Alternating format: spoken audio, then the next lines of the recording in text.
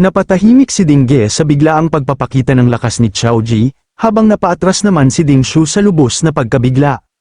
Magulo ang kanyang isip habang hawak niya ang kanyang ulo, hindi niya maintindihan kung paano biglang naging napakalakas ng batang matagal na niyang inaapi. Nabulag sa galit, muli siyang sumugod at sumigaw na si Xiao Ji ay isa lamang punching bag na matagal na niyang binubugbog mula pa noong mga bata sila. Iwinasiwas niya ang kanyang sandata sa isang malawak at napakalakas na paikat na atake, galit na galit dahil naglakas loob na itong lumaban sa kanya habang madali lang niya itong nasasangga. Ngunit hinarap ito ni Xiao Ji ng diretso, bago niya muling pinabagsak si Ding Shu sa lupa sa pamamagitan ng malakas na suntok. Tahimik na nanood ang kanyang pamilya habang tinitingnan ni Xiao Ji ang talunang nang aapi sa kanya, buo ang kanyang kumpiyansa habang sinabi niyang hindi na siya ang dating Xiao Ji. Samantala, sa Mirror World, isang mas desperadong labanan ang nagaganap. Nakikipaglaban si Yun Che sa isang matinding labanan laban sa masamang espiritu ni Xiao Ben. Alam niyang kaharap niya ang kanyang kaibigan sa rurok ng kapangyarihan nito, isang mandirigmang may pambihirang lakas, napakalaki ng agwat ng kanilang kasalukuyang lakas. Alam ni Yun Che na kung hindi defensive class si Xiao Ben at wala itong sariling kamalayan, matatalo siya sa isang iglap habang patuloy siyang umiiwas. Gayunpaman, may isang napakahalagang kalamangan si Yun Che, siya mismo ang nagturo kay Xiao Ben ng lahat ng kanyang mga galaw sa pakikipaglaban. Kabisado niya ang mga kahinaan ng kanyang kaibigan, kaya nahuhulaan at nakukontra niya ang mga galaw nito. Ngunit kahit ganoon, napakahirap pa rin ang laban, ang depensa ng espiritu ay katumbas ng isang mandirigmang nasa level 60 pataas, kahit buong lakas na ginagamit ni Yun Che ang kanyang Blade of Frickery, halos wala itong nagagawang pinsala. Biglang nagpakawala ang undead spirit ng isang napakalaking bugso ng gintong enerhiya. Agad itong nakilala ni Yun Che. Ito ang maalamat na kasanayang Golden Light Shield, ang mismong kakayahang ibinigay niya kay Xiao Ji ilang sandali lamang ang nakalipas, habang hinarangan niya nito ng isang hiwa ng kanyang espada. Napagtanto niyang magiging napakahirap ng laban na ito. Samantala, sa totoong mundo, patuloy pa rin ang matinding labanan ng dalawa, habang paulit-ulit na nagsasalpukan ang kanilang mga sandata, bawat banggaan ay lumilikha ng napakalakas na impact. Galit na sumigaw si Ding Shu at inatake si Xiao Ji gamit ang isang makapangyarihang kasanayang tinatawag na Mountain Shaking Wild Hammer, ngunit ngayon ay isa ng malakas na tank si Xiao Ji. Gamit ang kanyang pananggalang, hinampes niya si Ding Shu sa mukha, saka sinundan nito ng isang malakas na suntok na muling nagpabagsak kay Ding Shu sa lupa. Nang makita ang kaiyahiyang pangyayaring yon, kinutya ni Ding Ge ang kanyang pamangkin at nagtanong kung paano ito natalo ng isang maliit na batang mula sa pamilya Xiao. Nagpasya siyang siya na mismo ang kumilos. Sinabi niyang siya na ang maglalabas ng galit ni Ding Shu at sumugod kay Xiao Ji gamit ang isang suntok na puno ng enerhiya. Ngunit bago pa tumama ang kanyang kamao, sinalubong siya ng isang nakakasilaw na gintong liwanag. Hindi makapaniwala si Ding Ge nang makita niyang nakatawag si Xiao Ji ng isang napakalaking kumikislap na hadlang ng enerhiya, ang maalamat na Golden Light Shield. Gamit ang kanyang bagong kapangyarihan, kinutya ni Xiao Ji ang mga umaatake sa kanya. Tinawag silang mga duwag na nagpapanggap lamang na isang pamilya ng mga bayani at hindi man lang naglalakas loob na makipaglaban ng isa-isa. Kasabay nito, sa Mirror World, kaharap din ni Yun Che ang mismong maalamat na kasanayang yun, ang undead spirit ng kanyang kaibigan ay protektado ng parehong maliwanag na gintong kalasag, habang sunod-sunod na nagpapakawala si Yun Che ng mga hiwa ng lilang enerhiya laban dito. Eksaktong alam niya kung paano gumagana ang kasanayan, bilang isang legendary ability. Ang depensibong kapangyarihan ng Golden Light Shield ay hindi lamang nakabatay sa stats ng gumagamit, hanggat hindi ito tinatamaan ng isang pag-ataking higit sa doble ng endurance limit nito, kaya nitong saluhin ang hindi bababa sa 10 direktang pag-atake. Ngunit mayroon itong isang kritikal na kahinaan, isa itong consumable skill, kahit pinakamaliit na pinsala ay makakabawas sa enerhiya nito, ginagamit ni Yun Che ang kahinaang yun, unti-unting inuubos ang kapangyarihan ng kalasag sa bawat pag-atake. Samantala, sa totoong mundo, tuluyang nabasag ang Golden Light Shield na nagpoprotekta kay Xiao Ji dahil sa walang tigil na pag-atake, kinutya ito ni Ding Ge at hindi humanga sa maalamat na kasanayan. May masamang ngiti sa kanyang mukha habang sinabi niyang wala pa rin itong silbi, kahit ang mismong Xiao Ben pa ang gumamit nito. Hawak niya si Ding Shu, ngunit buong tapang na sumagot si Xiao Ji, sinabi niyang kung tunay ngang naroon ang kanyang lolo sa tuhod na si Xiao Ben, si Ding Ge mismo ang nakaluhod at nagmamakaawa para sa awa. Dahil sa matinding galit sa kanyang pagsuway, nagpakawala si Ding Ge ng isang malakas na bugso ng pulang enerhiya na nagpa-atras kay Xiao Ji. Hinarap niya si Chao Ji habang kinukutsa ang kanyang ninuno, tinawag itong isang walang silbing hanggal na namatay sa isang mababang level na dungeon, ipinagpatuloy niya ang kanyang pang-iinsulto, sinasabing kahit naroon pa si Chao Ben, mapipilitan din itong lumuhad. Upang patunayan ang kanyang sinabi, malakas niyang itinapak ang kanyang paa at nagpakawala ng isang makapangyarihang kasanayang gravity shockwave, biglang yumanig ang lupa at bumulwak ang mga bato dahil sa napakalakas na puwersa. Tinamaan si Chao Ji ng buong lakas at napaubo siya ng dugo, ngunit himalang nanatili siyang nakatayo. Napangiti ng bahagya si Dingge sa pagkagulat sa tibay ng bata, pagkatapos ay ipinatawag niya ang isang napakalaking kumikinang na kristal na palakol. Naging malupit ang kanyang ekspresyon habang iniisip kung makakatayo pa ba si Chao Ji pagkatapos niyang putulin ang mga binti nito. Nang itaas na niya ang palakol upang umatake, biglang hamarang ang ina ni Chao Ji sa kanyang anak. Desperado siyang nakiusap kay Dingge na patawarin ang kanyang anak, sinasabing bata pa lamang ito at nagkamali. Lumuhad siya at inialok ang sarili kapalit ng kanyang anak, nakikiusap kay Dingge na sa kanya na lamang gawin ang anumang nais nito. Nagbigay yun kay Dingge ng isang mas malupit na ideya, kumalat ang isang masamang ngiti sa kanyang mukha habang tinitingnan ang kanyang ina. Nagbigay siya ng isang nakatatakot na ultimatum kay Chao Ji, kung tatanggi siyang lumuhad, papatayin niya ang kanyang ina sa harap mismo ng kanyang mga mata. Nawalan na ng pasensya si Dingge sa kanilang pagtatalo at tila walang pakialam na sinabi niyang marami pa naman siyang ibang taong maaaring patayin, pagkatapos, iwinasiwas niya ang kanyang palakol patungo sa ina ni Chao Ji. Sa sobrang pagkataranta, sumigaw si Chao Ji at pinakiusapang maghintay, unti-unting bumigay ang kanyang paninindigan habang naghahanda siyang sumuko. Ngunit bago pa siya makapagsalita, biglang niyanig ang buong lugar ng isang napakalaking pagsabog ng alikabok at mga debris na bumulwak mula sa lupa. Nalubos na ikinagulat ni Chao Ji ang pangyayari. Nahirapan ang lahat na makakita dahil sa makapal na alikabok.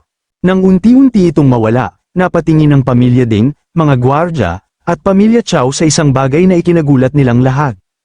Nang makita ito ni Dingge, labis siyang nagulat at agad niyang nakilala kung sino ito, ang multo ni Chao Ben. Nagulat ang lahat sa revelasyong yun, tumingin ang ina ni Chao Ji sa nilalang at pabulong na tinawag itong lolo, habang bakas sa kanyang mukha ang paghanga at takot. Samantala, nagkagulo ang mga gwardya ng pamilya Ding, nagtatanong kung paano posibleng mabuhay muli ang isang patay na tao. Gayunpaman, isang matandang miyembro ng pamilya Chao ang nakilala kung ano talaga ang makamulto nitong anyo, isa itong undead.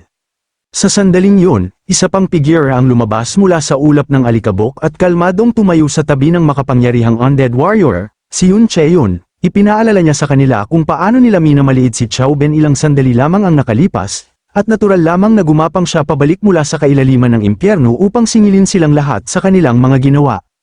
Tahimik na nakatayo ang makamultong undead na si Chao Ben bilang tagapagtanggol sa harap ng naguguluhang mga tao. Matapos ang unang pagkabigla, kinutya ni Dingge ang lahat at inisip na isa lamang itong panlilinlang, galit niyang inutusan ang kanyang mga gwardya na umatake. Agad na sumugod ang isang pangkat ng mga nakabaluting mandirigma habang nakataas ang kanilang mga sandata, sabay-sabay nilang ginamit ang kanilang kakayahan. Ngunit madali lang nitong hinarang ang lahat ng kanilang pag-atake ng sabay-sabay. Pagkatapos nito, mabilis siyang kumilos at isa-isang tinapos sa mga mandirigma ng pamilya Ding. Namangha ang mga nakatatanda ng pamilya Chao, isa sa kanila ang hindi makapaniwalang nagtanong kung ang pambihirang mandirigmang yon ay tunay ngang si Chao Ben. Namangha rin si Chao Ji sa kahusayan nito sa pagharang sa atake at sa paraan ng paghinto nito sa napakaraming bihasang gwardya ng sabay-sabay. Mula sa malayo, napansin ni Dingge na isa lamang palang summon ni Yun Che ang undead, katulad ng mga mabababang halimaw na ipinatawag nito noong sinalakay nila ang kanilang tahanan. Nang makita niyang level 33 lamang ang espiritu, mapanghamak siyang ngumisi, sinabi niyang kahit espiritu pa ito ni Chao Ben, mahina pa rin ito. Pagkatapos ay sumugod siya gamit ang kanyang nagliliyab na palakol upang siya mismo ang tumapos dito. Nang bumagsak ang malakas na pag-atake ni Dingge, nabalutan ng kakaiba at makapal na enerhiya ang sandata ng undead warrior gamit ang slime adhesion. Sa labis na pagkagulat ni Dingge, perpektong napigilan ng undead ang kanyang pag-atake. Ilang sandali lamang, sunod-sunod siyang nagpakawala ng mga pag-atake, ngunit madali lamang itong nasalag ng kanyang kalaban.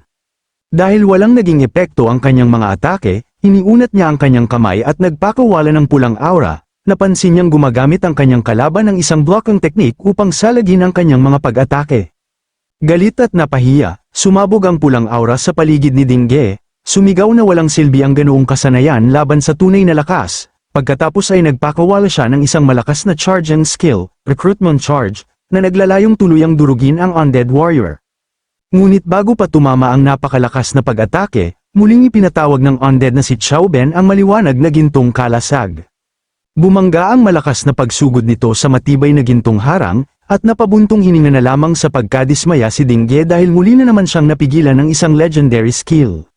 Mula sa ligtas na distansya, nakangising pinagmamasdan ni Yunche ang kanilang paghaharap, tinukso niya ang nahihirapang si Dingge at ipinaliwanag na kahit isa na itong undead, isa pa rin itong S-rank spirit, bukod dito, sapat na ang legendary Golden Light Shield para abalahin siya ng matagal. Dahil sa napakalakas na puwersa ng kalasag, napaatras si Dingge at napagtanto ang kahinaan nito. Agad niyang inutusan ng lahat ng kanyang tauhan na sabay-sabay na umatake, umaasang malulunod sa dami ng kanilang pag-atake ang kalasag at mauubos ang enerhiya nito. Gayunpaman, nagulat si Dingge nang biglang sumabog mula sa lupa ang mga skeletal warrior, hinarap nila ang mga natitirang gwardya ng Ding family at pinigilan ang mga ito na tulungan ang kanilang amo. Nainis sa panibagong abalang ito, binago ni Dingge ang kanyang plano at tinawag na maliit na problema lamang ang mga summon. Pagkatapos ay pinakawalan niya ang sarili niyang kapangyarihan at nagsuot ng isang buong set ng matibay na pulang baluting kumikinang sa napakalakas na enerhiya, dahil nadagdagan ang kanyang lakas ng isang skill na tinatawag na Raging Flame Burn. Sinabi niyang walang halaga ang mga summon, napagtanto niyang ang tunay niyang target ay ang summoner mismo. Sa isang malakas na sigaw sumugod siya at pinakawalan niya ang kanyang makapangyarihang skill na Accumulated Pressure Punch, diretso patungo kay Yunche. Alam niyang kapag napatay niya ang summoner, mawawala rin ang lahat ng kanyang mga summon. Kumikinang sa masamang intensyon ng mga mata ni Dingge habang inihanda niya ang kanyang pag-atake. Nagpakawala siya ng isang matinding pag-atake habang ipinagmalaki pa niya ang mataas na antas ng gear na ibinigay sa kanya ng kanyang lolo at kumbinsido siyang wala ng pagkakataon si Yunche. Ngunit nang naglaho na ang usok, sinalubong ito ng isang kislap ng lilang liwanag, isang malinis na hiwa lamang ang tumagos sa kanyang pag-atake. Nagulat si Dingge at hindi niya maunawaan kung paano siya hindi man lang nasaktan. Sa galit, muli itong sumugod upang ipagpatuloy ang pag-atake. Ginamit niya ang kanyang kakayahang tearing claw at nagpakawala ng sunod-sunod na mga kalmot, ngunit kasabay nito ay biglang naglaho si Yunche. Sa sandaling yun ng pagkalito, biglang lumitaw si Yunche sa likuran niya at itinarak ang kanyang espada. Sa sobrang galit, nagpakawala siya ng napakalakas na enerhiya na nagpatalsik kay Yunche. Ngunit habang nangyayari yon, ginamit ito ni Yunche bilang pagkakataon. Inutusan niya si Xiaoben na hugatin ang kanyang espada. Itinaas ni Xiaoben ang kanyang espada, at ginamit ito ni Yunche upang kumuha ng sapat na buwelo para sa kanyang pag-atake. Sa kombinasyon ng kanilang mga galaw, mabilis na umatake si Yunche at nagawa niyang sugatan si Dingge sa katawan. Mas lalong nagalit ang third master ng Ding family habang dumudugo at nagmumura sa matinding galit. Kumislap sa determinasyon ng mga mata ni Yunche habang ipinagpatuloy niya ang walang tigil na pag-atake, pinakawalan niya ang sunod-sunod na hiwa na tuluyang dinaig si Dingge. Sa bilis na parang kidlat, malinis niyang pinutol ang isang braso ni Dingge, nakaramdam siya ng matinding pagkabahala nang makita niyang dahan-daang nahulog sa lupa ang kanyang kamay. Dahil dito, napahiyaw siya sa sakit habang hawak ang kanyang dagwang braso at desperadong tumawag ng pari upang pagalingin siya. Ngunit sa kanyang pagkataranta, biglang lumitaw si Yunche sa likuran niya. Agad na kumilos si Dingge ayon sa instinct, ibinagsak niya ang kanyang kamao sa lupa upang pakawalan ng isang malakas na gravity impact shockwave, umaasang may tulak palayo ang kanyang umaatake. Gayunpaman, bigla lamang nawala si Yunche. Ilang sandali lang muling siyang lumitaw sa di kalawang lugar na walang anumang pinsala. May kumpiyansang ngiti, tinanong niya ang takot na third master kung ano ang problema at tinukso kung natatakot na ba ito. Tumulo ang pawis sa noo ni Dingge habang desperado siyang tumingin sa paligid. Muli siyang sumigaw para sa isang pari upang pagalingin siya, ngunit walang dumating. Pagkatapos ay nakita niya kung bakit isa-isang pinapatay ng hukbo ni Yunche na mga undead skeleton ang kanyang mga elite guard. Mas nakakatakot ngayon ang mga ito dahil kumikinang sila sa berdeng aura ng panibagong kapangyarihan habang napatanong si Dingge kung kailan ito nangyari. Kalmadong nakatayo si Yunche sa gitna ng kanyang undead army, kinutya niya si Dingge at tinanong kung talagang iniisip nitong ganoon pa rin kaina ang kanyang mga undead tulad nung sinalakay nito ang kanyang tahanan. Ipinakita ng isang system window ang pinagmula ng kanilang bagong lakas, isa itong reversed skill na nagbibigay sa lahat ng kanyang summon ng napakalaking 30% boost sa attack at defense, pati na rin ang isang damage ang aura na patuloy na nakapipinsala sa mga kalapit na kalaban. Ipinaliwanag ni Yunche na dahil sa kapangyarihan ng legendary level skill na ito, na nahulog ng Wonder ang Species Lord, napakalakas na ngayon ang kanyang hukbo para harapin ang mga gwardya ng Ding family. Sa mukha ni Ding Ge ay mababakas ang matinding takot, sa wakas ay napagtanto niya kung gaano kawalang pag-asa ang kanyang sitwasyon. Kaya gumawa siya ng desperadong desisyon, tahimik na nagmura si Ding Ge bago tumalikod at tumakbo. Ngunit agad na naputol ang kanyang pagtakas, nang biglang bumagsak ang malaking espada sa kanyang harapan, nagwasak ito sa lupa. Dahil dito, naharang ang kanyang pagtakas, kaya wala siyang magawa kundi tumigil at takot na lumingon sa kanyang likuran. Mula sa nabasag na lupa ay umangat ang isang kulungan na gawa sa malalaking espada, na hindi niya kayang takasan.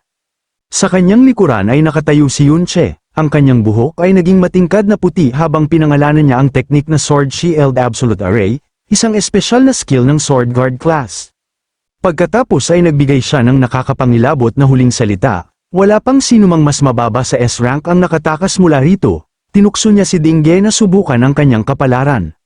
Sa huling desperadong hakbang, itinaas ni Ding Ge ang natitira niyang gauntlet, nagsimula itong kumislap sa magulong pulang enerhiya. Sumigaw siya kay Yunche na lumayo, ipinapakitang hawak niya ang isang Void Bomb, isang makapangyarihang S-rank item na ibinigay sa kanya ng kanyang lolo, banta niya na pasasabugin niya ito at ipinagmalaki na sapat ang lakas ng pagsabog upang patayin silang lahat, lalo na sa kanilang kasalukuyang level at health. Ngunit nanatiling kalmado si Yunche, halos wala siyang pakialam habang tinitingnan ng desperadong si Ding Ge. Sa isang malamig na salita, tinawag niyang bluff ang kanyang banta at hinamon na pasabugin na niya ito. Lubhang nagulat si Ding Ge sa utos na yun, nag-atubili siya at sumigaw na tila gusto talagang mamatay ni Yunche. Sinubukan niyang ibalik ang kanyang kumpiyansa at sinabi na dahil napakataas ng kanyang health, mabubuhay pa rin siya sa pagsabog kahit mamatay ang lahat ng iba. Ngunit kalmado niyang sinabi na hindi yun mahalaga dahil kahit mapatay ng bomba ang undead na si Xiao Ben, maaari lamang niya itong buhayin muli. Habang pinagpapawisan si Ding Ge sa pagkabahala, biglang lumitaw si Yunche sa kanyang likuran na parang isang multo. Binanggit niya na maaari siyang mabuhay sa pagsabog, ngunit siya ay hindi masasaktan nito. Bago pa makapag-react si Ding Ge, kumilos na si Yunche ng napakabilis, kumikislap ang kanyang espada habang malinis nitong pinutol ang natitira pang braso ni Ding Ge, ang brasong may hawak sa makapangyarihang Void Bomb. Bumagsak sa lupa ang naputol na braso kasama ang mapanganib na sandata at gumawa ng malakas na tunog. Ngayong ganap ng walang sandata at walang kalaban-laban si Ding Ge, nagbigay lamang siya ng isang malamig na utos habang pinaluhod niya ito. Dahil sa kawalang pag-asa, napilitan si Ding Ge na lumuhod sa lupa. Habang pinagmamasdan ang pagpapakitang ito ng ganap na kapangyarihan, hindi napigil ang ngumiti ni Xiao Ji sa kabila ng dugo sa kanyang mukha, ramdam niya ang pagmamalaki at ginhawa. Samantala, sa malapit ay makikita si Ding Shu na nakulong sa mga espada habang patuloy na umiiyak, pagkatapos ay lumapit si Yunche sa Natalong Third Master at mariing ipinatong ang kanyang paa sa likod habang nakatutok ang kanya espada sa leeg nito, sa malamig ngunit kalmadong tinig. Tinanong niya si Ding Ge kung ano pa ang halaga na sa tingin nito ay mayroon siya matapos ang lahat ng nangyari. Pagkatapos ng matinding labanan, tiningnan ni Yunche ang mga bagay na nakuha niya mula kay Ding Ge. Marami siyang nakuhang iba't ibang item, kabilang ang daan-daang life potion. Nang suriin niya ang isa sa mga potion, napansin niyang nagbibigay ito ng 100 health points sa loob ng 10 segundo. Ngunit alam niyang kahit gamitin ni Ding Ge ang lahat ng potion na iyon, masyadong mabagal ang paggaling upang mailigtas siya mula sa pinsalang natanggap niya. Tama ang naging hinala ni Yunche, mamamatay talaga si Ding Ge kahit ano pa ang gawin niya. Napatunayan ito nang makita niya ang isang bagong figura na nakatayo sa kanyang tabi, ang undead spirit ni Ding Ge, na nababalot ng madilim na asul na aura. Naalala ni Yunche na matapos niyang patayin si Ding Ge, lumitaw ang kaluluwa nito sa Mirror World, sinamantala niya ang pagkakataon at matagumpay na ginawa itong isa sa kanyang mga undead.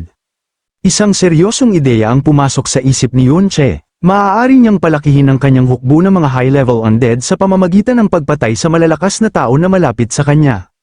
Samantala, nakahandusay sa lupa ang walang malay na katawan ni Ding Shu, isang tahimik na paalala kung gaano kabagsik ang naging labanan.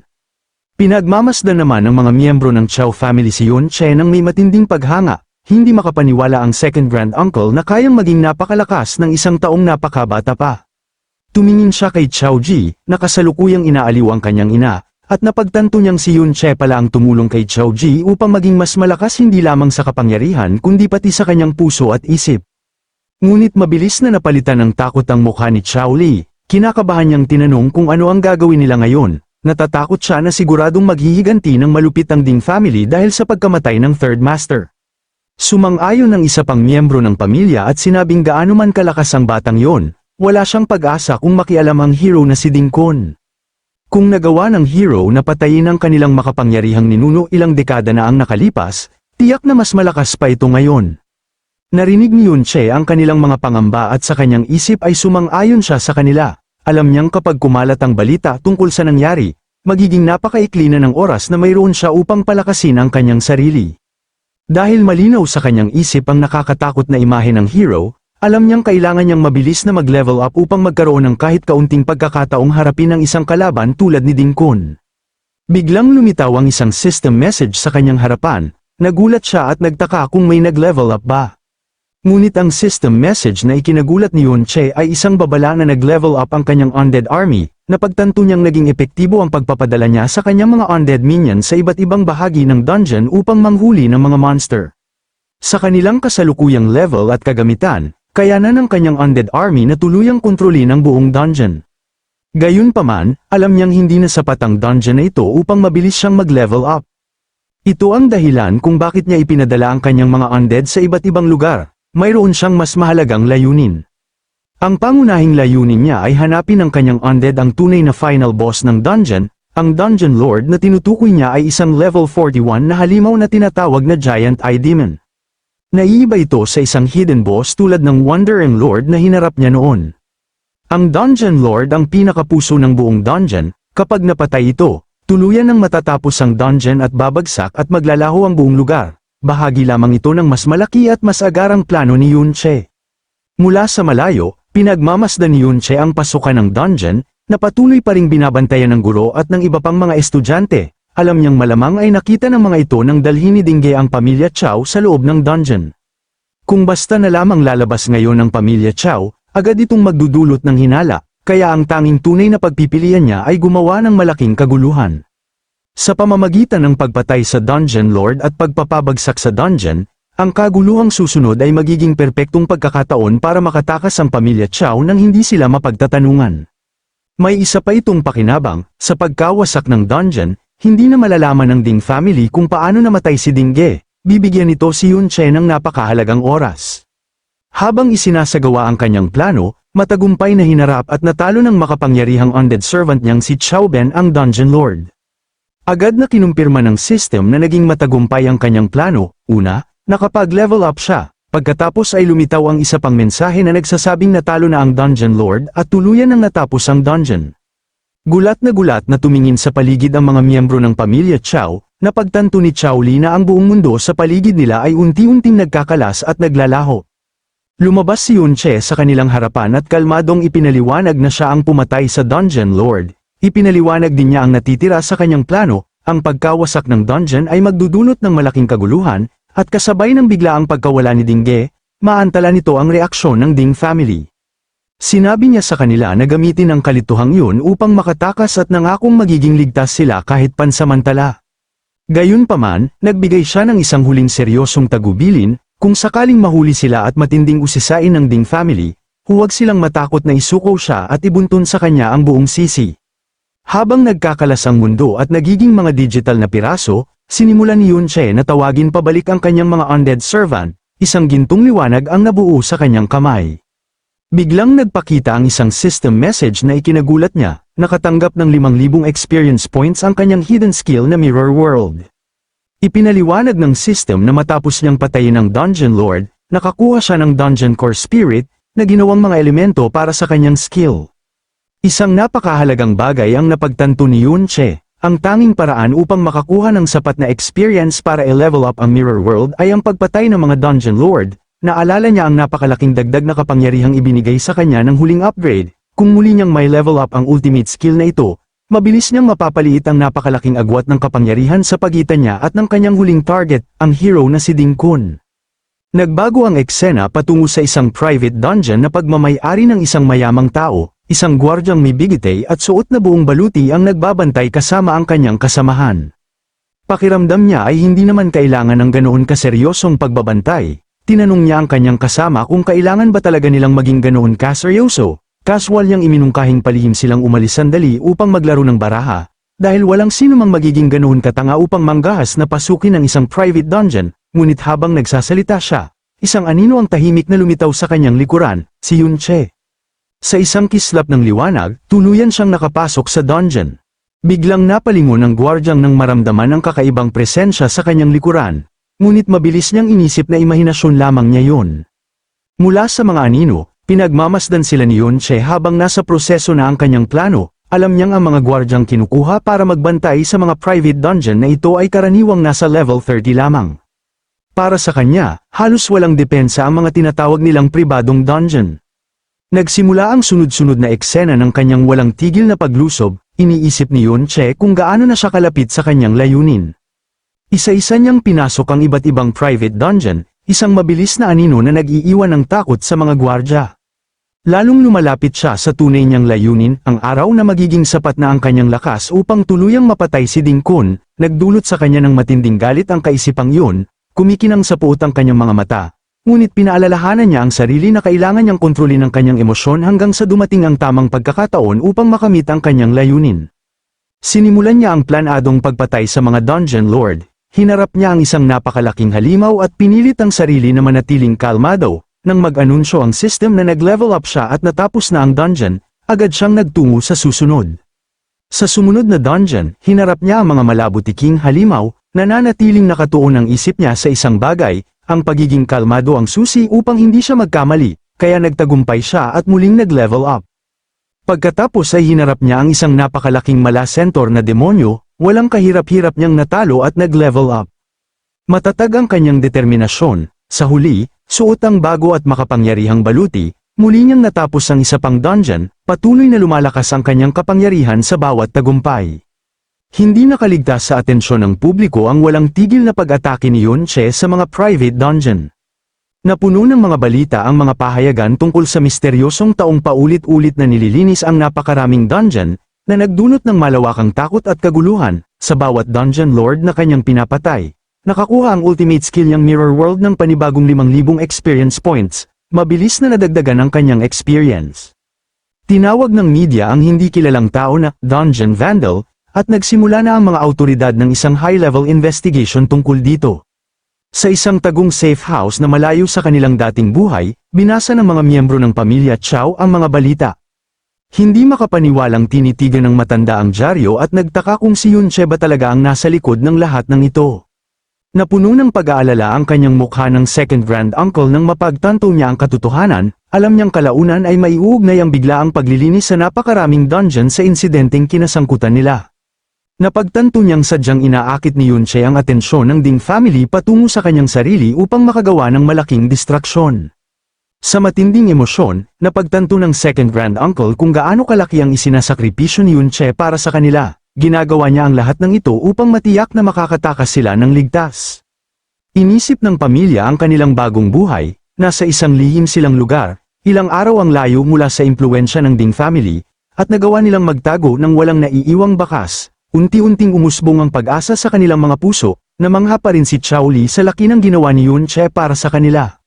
Samantala, isang lalaki mula sa pamilya ang nagpahayag ng kanyang kaginhawahan dahil naniniwala siyang hindi na nila kailangang mabuhay sa patuloy na takot. Sa wakas, pakiramdam nila ay ligtas na sila kahit sandali lamang, hinayaan nilang maniwala ang kanilang sarili na maaari na silang tuluyang makalaya mula sa kontrol ng Ding family. Ngunit marahas na nawasak ang kanilang pag-asa, isang napakalakas na pagsabog ang yumanig sa kanilang pinagtataguan.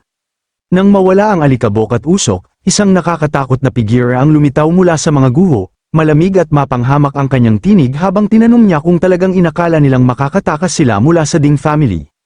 Siya pala si Ding Hao, ang level 42 na second head ng Ding family. Tinanong kung talagang inakala nilang magiging ganoon katanga ang Ding family para habulin lamang ang kriminal. Ipinahayag niya na kahit wala silang direktang koneksyon sa tinatawag na Dungeon Vandal, ang mismong pagtatangkang tumakas mula sa Ding family ay isa ng krimen.